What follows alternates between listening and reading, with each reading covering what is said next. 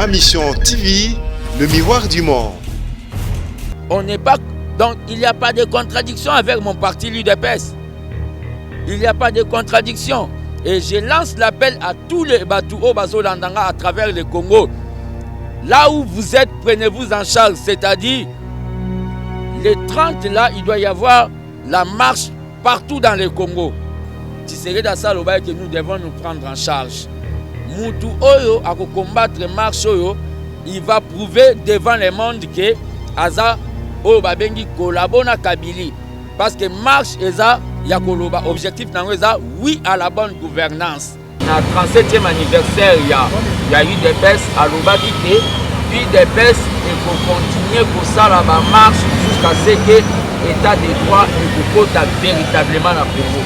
On ne doit pas, les images ne trahissent pas, on ne doit pas se contredire. Il avait dit ça. J'appelle tous les mouvements citoyens au Balingi que le gouvernement est ça dans la logique. Il y a les peuples d'abord, par rejoindre la marche wana pour lever déjà voix, surtout la ligne, la rue c'est plus que dans Messang Koloba, tous les hémicycles, c'est-à-dire l'équipe même parler du peuple. Et ça marche au Tolobi. Et que Salama, c'est une marche pacifique. Ma Mission TV, le miroir du monde.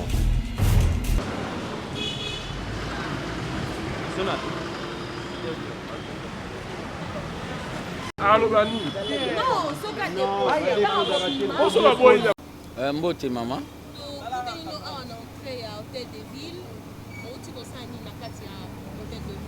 Ouais, nauti ko informer monsieur le gouverneur na initiative ya marche où tozo préconisé pour nous soutenir bonne gouvernance et que non un grand nom na oba deni corruption ils ont une vision à chef de l'État boyoki ke a recommandé la premier ministre pour ça là oba deni code de bonne conduite pour permettre à se conformer. Et je crois bien, lettre Totikango, et ça lettre, il y a information parce que la Constitution est le but qu'on doit demander l'autorisation. Topesi itinéraire, marche Robanda na 12e rue, Tokokende, Tozui, boulevard Sendwe, pe Tokosuka na palais du peuple, place Tokotanga mémo na biso. Oh, ils ont mémo ya avertissement, na bateau nyonso. Bazan a l'ambition de ministre, quelle que soit leur coloration politique, le gouvernement où il y a Fati 1, les gouvernements où il faut permettre de tout le cabisso peuple dans matin il y a biso qui a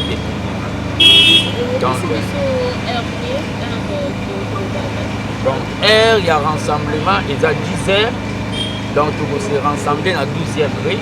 Point de chute na biso eza oyo na balobi balé du peuple de place pour autant na biso pe tokokende kotikango epa ya ba autorité compétente mais nazo signaler dans opinion que je crois bien monsieur Gentini a bosala o badengi expression ya continuité c'est-à-dire qu'a étouffé marche oyo les voix où ils permettent à la peuple non aligné et je profite de cette occasion pour lancer appel à la Union au Bajimi quand même que le peuple a Azara debout pour soutenir marche Oyo pour la tout ça là na numéro on a offert ça plus 243 85 0 84 65 tous à la théoricien tous à la débat pragmatique. National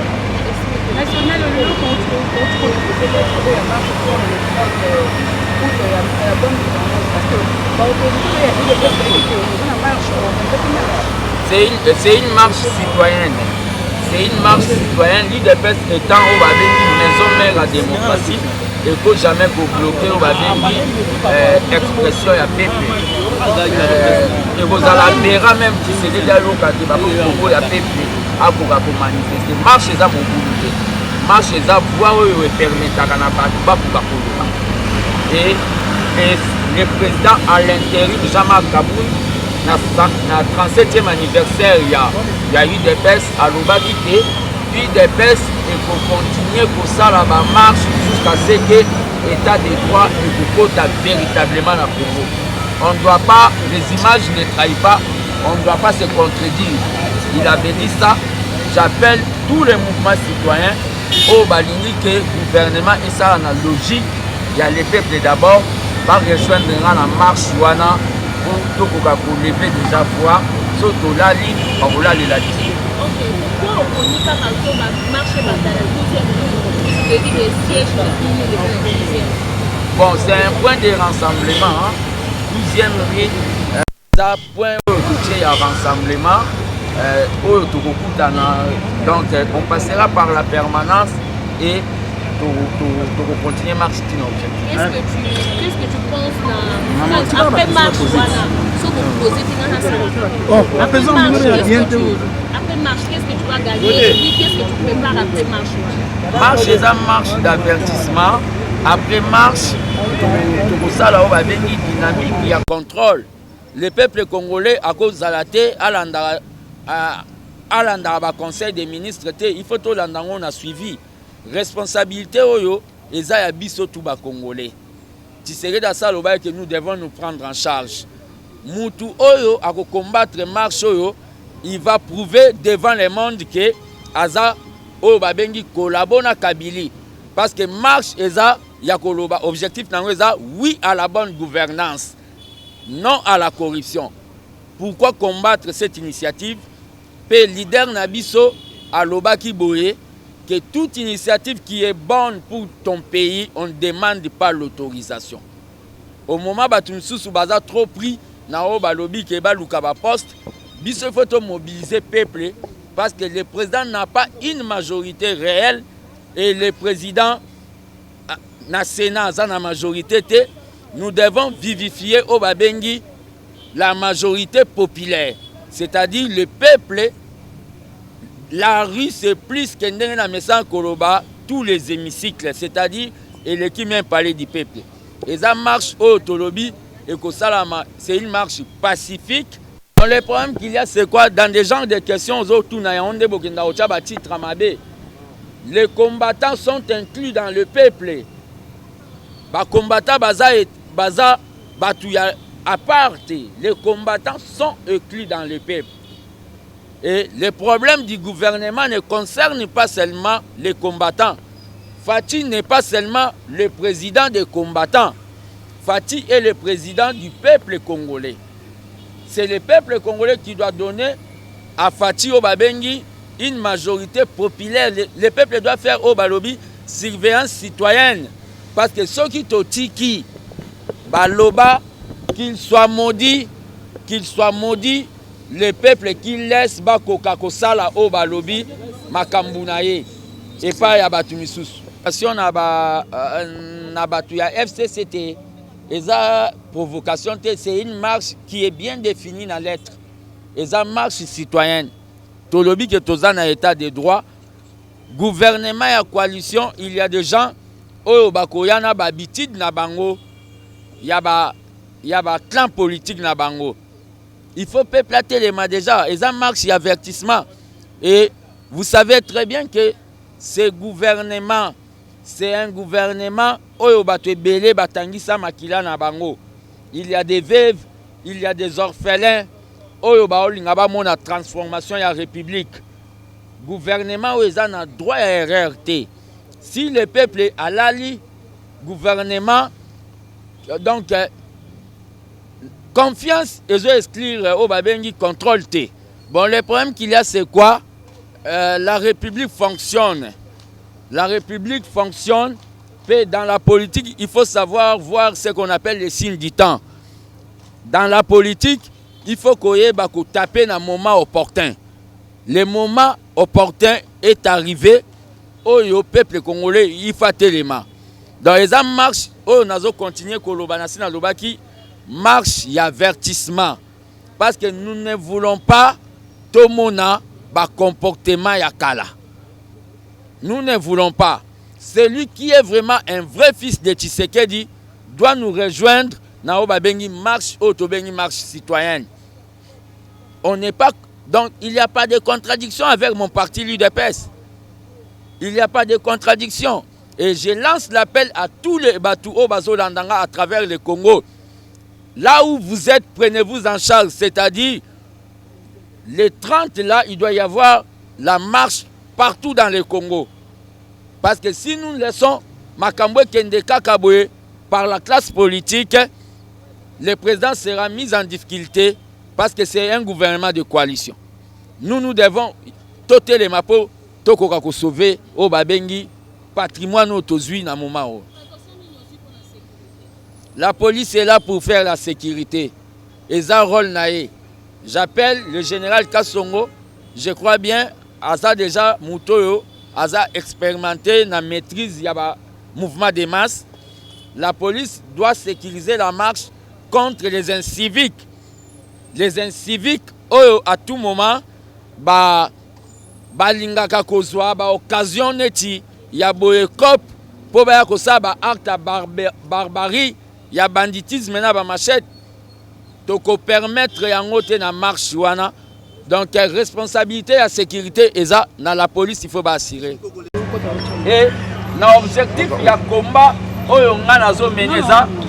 Nous ne sommes pas au Babengi des applaudisseurs du président. Nous ne sommes pas là seulement pour applaudir, mais nous sommes là aussi pour soutenir le président d'une autre manière. C'est-à-dire, s'il y a un ça ne va pas, on doit le dire. Ce gouvernement est dans la bataille.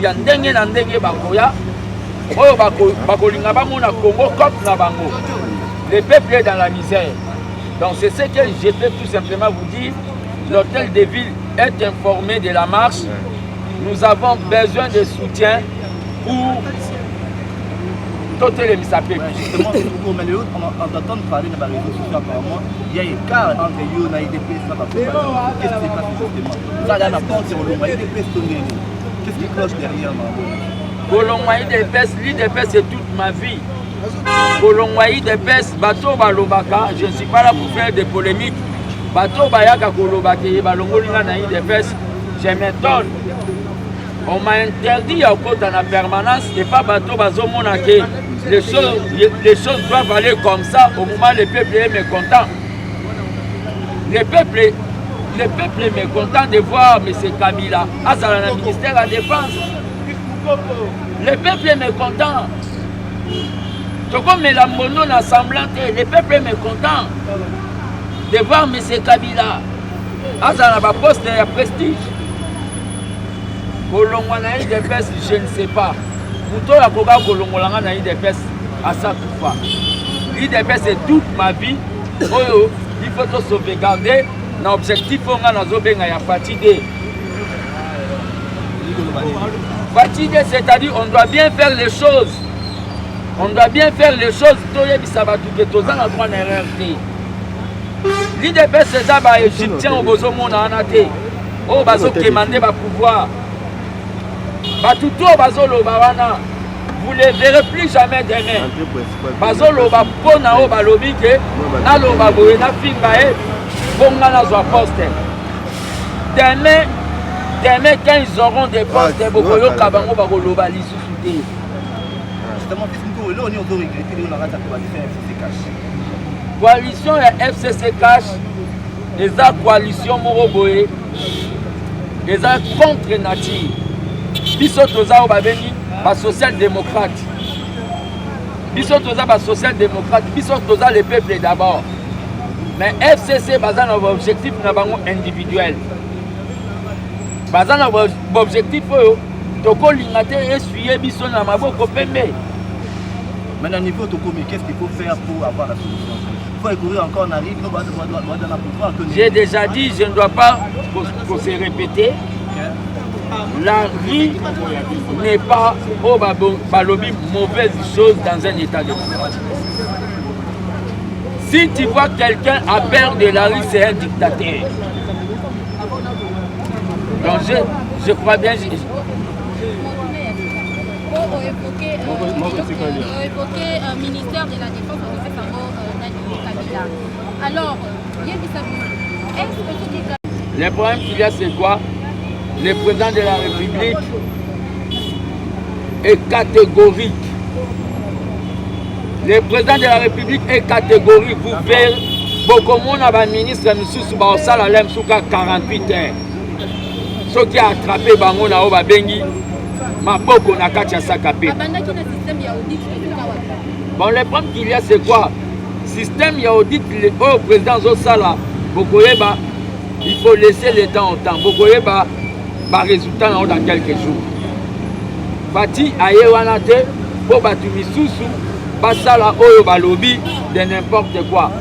Il y a des histoires où salami on nga zo s'attaquer na ba conseiller à président. Boye na makambu ya saut des moutons. Bosali étude. Est-ce que bakoki coopérer mutu ça basala étude? Non, le problème qu'il y a des gens au bas failli. Ils ont dit que vous savez, les présidents travaillent en équipe. Les présidents travaillent en équipe. À cause de jouer avec tous les 11 maillots dans un terrain de football, si binombo pour ça la saut des moutons. Bossali étude ya faisabilité, bokangi batol. Pour batouba le cacao babengi na embouteillage, ba finga président Timi Kondo na embouteillage. Vous ne voyez pas qu'il y a des gens au bazana, au balingi ko salir le président de la République. Donc, le problème qu'il y a les rendez-vous. On va marcher les 30, même 10 personnes. C'est-à-dire, toute révolution ne commence pas avec un grand nombre de gens. Nous allons marcher les 30, même avec 10 personnes. Et vous verrez que tout à Congo Mobimba. C'est-à-dire, il n'y a pas de gens qui ont un monopole, il y a qu'à lancer l'action pour l'intérêt à peuple. Tous les gens qui ont âge à maturité, je dis et je vous remercie. Merci. Tu veux déposer lettre dans il y a information. Avant ça marche, il faut venir à l'hôtel de ville, déposer la lettre pour informer les autorités compétentes. Alors, tu veux informer pour la marche le 30 août 2019. Alors, il y a marche les années. Alors, tu veux que le gouvernement est un gouvernement coalition. Alors, tout le but tant que les peuples congolais, surtout nous la jeunesse congolaise, de subir injustice grave. Dans 18 ans passés à M. Kabila. Alors, tout s'est retrouvé. Mais tout le but cette fois-ci, nous devons prendre les choses en main. C'est-à-dire à ces manifestants, en montrant aussi au monde de quoi nous sommes capables. Il y a un tout le but, le gouvernement d'ici là. Ceux qui gouvernent en avant-marche. Avant-marche, soyez les bienvenus. Soyez les bienvenus. Non, marche les alliés. Marche les habitants, il y a oui à la bonne gouvernance et non à la corruption. Parce que tu remarques qu'il y a un gouvernement qui est corruption. Les gens confondaient bon et l'État n'a pas salaire. Donc, Hermo Zimon à l'État comme ils ont un salaire et tout dans la société. Il y a de comprendre que le président Fati a un président ou a une volonté politique. Il y a un souci à peuple congolais. Alors, pour éviter les pots de bananes, les bloquer les machines. Le gouvernement c'est la coalition, non? Le gouvernement c'est la coalition. J'ai dit bien que le FCC a travaillé pendant 18 ans. Le peuple congolais a une souffrance encore bizarre. Mais le peuple congolais, par ignorance, a voté qu'il va député à FCC. Une majorité parlementaire. Il y a un monde qui a choisi de faire la gouvernement coalition. Alors, gouvernement coalition, même la Bible dit non, on ne met pas de vin nouveau dans de vieilles outres. Alors, tu sais que dans les vieilles outres, vous trouverez toujours 20 bébés déjà.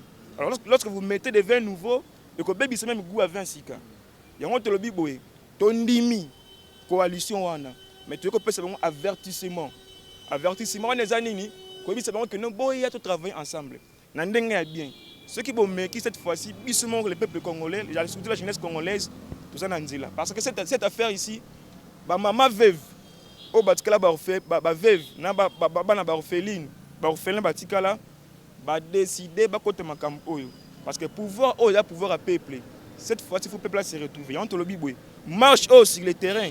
koyebisa bango soyez les bienvenus, travailler malamu to betolo maboko. Ce que meki. Est-ce que famille politique na bino ezali IDPS ba permettre bino ça marche pour mikoleka ki mona mboka fils mukoko ameka pe ko ça marche simba kite ba soda ba kiteki ba kanga ki ba tususu est-ce que Touroyo CG Augustin Kabouya to pe président intérimaire mona mboka Jean-Marc Kabou baza au courant ya marche na les 30. En tout cas, si je me souviens bien, le président AI, il y a IDPS, il y a IDPS, mais Jean-Marc Kaboundi. Alobaki, même si tu communes à pouvoir, la marche va continuer toujours.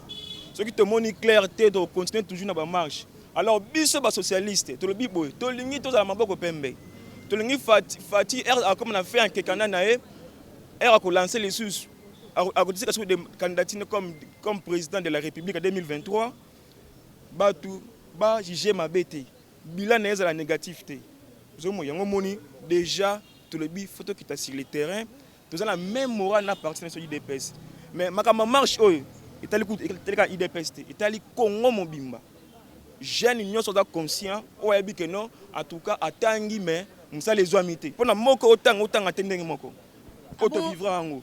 Oui, moi, tout le monde, si ça bon, les cambo, ils sont entre bino jeunes et IDPS na INC, au bozo ou la penza, ba poste, surtout ministère à jeunesse, na habité beaucoup le le cambo. Bon.